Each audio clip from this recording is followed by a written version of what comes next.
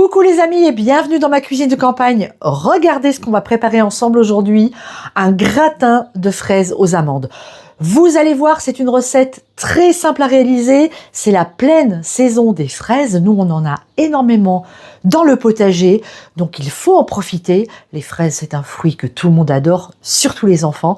Alors, restez avec moi, on va faire ensemble une super recette. Vous êtes prêts? Allez, c'est parti, en vidéo.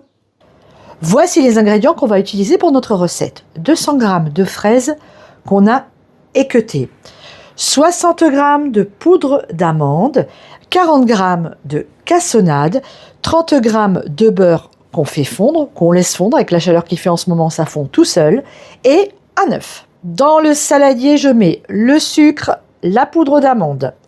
Ensuite, je vais venir y ajouter en premier mon œuf. Et je vais mélanger le tout.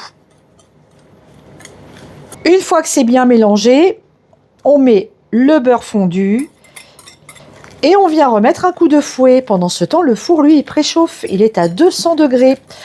Alors là, on fouette bien pour obtenir quelque chose de très homogène. Je mets maintenant ma préparation sur mes fraises. Je viens bien étaler le tout pour bien recouvrir mes fraises. Alors, c'est pas grave si on voit des petits bouts de fraises qui dépassent, au contraire, c'est très bien. Une fois que j'ai fini, je viens ajouter des amandes effilées comme ça sur le dessus. Alors, c'est pas une obligation. Moi, j'aime bien. J'aime bien. Je trouve que ça amène un petit plus à notre recette. Donc, on vient parsemer de quelques amandes effilées. Et puis après, on va pouvoir mettre au four. Vous regarderez, il faut que ça soit bien doré sur le dessus, ça cuit très vite. Normalement, en 10 minutes, c'est prêt. Sorti du four en direct au bout de 12 minutes de cuisson. Regardez ça, les amis. Oh, c'est extrêmement appétissant.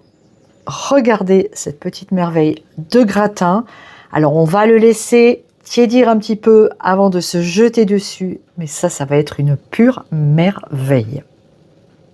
Je vous l'avais dit que c'était une recette très très simple à réaliser. Vous avez vu, en 2 temps 3 mouvements, on a un dessert magnifique qui, ma foi, est fort appétissant. Alors ce dessert, idéalement, on le mange tiède, donc on le prépare au dernier moment. On peut préparer toutes les étapes en avance et on le met dans le four quand les invités sont en train de manger le fromage, par exemple. Voilà, comme ça, niveau timing, c'est OK. Une petite chose aussi que je ne vous ai pas dit tout à l'heure, mes fraises à moi étaient assez petites, donc je les ai mises entières. Si vous avez des fraises d'un plus gros calibre, vous les coupez en 2. Voilà, c'est tout. Et bien maintenant, il n'y a plus qu'à déguster. Et je vais essayer de ne pas me brûler parce que c'est encore un peu chaud.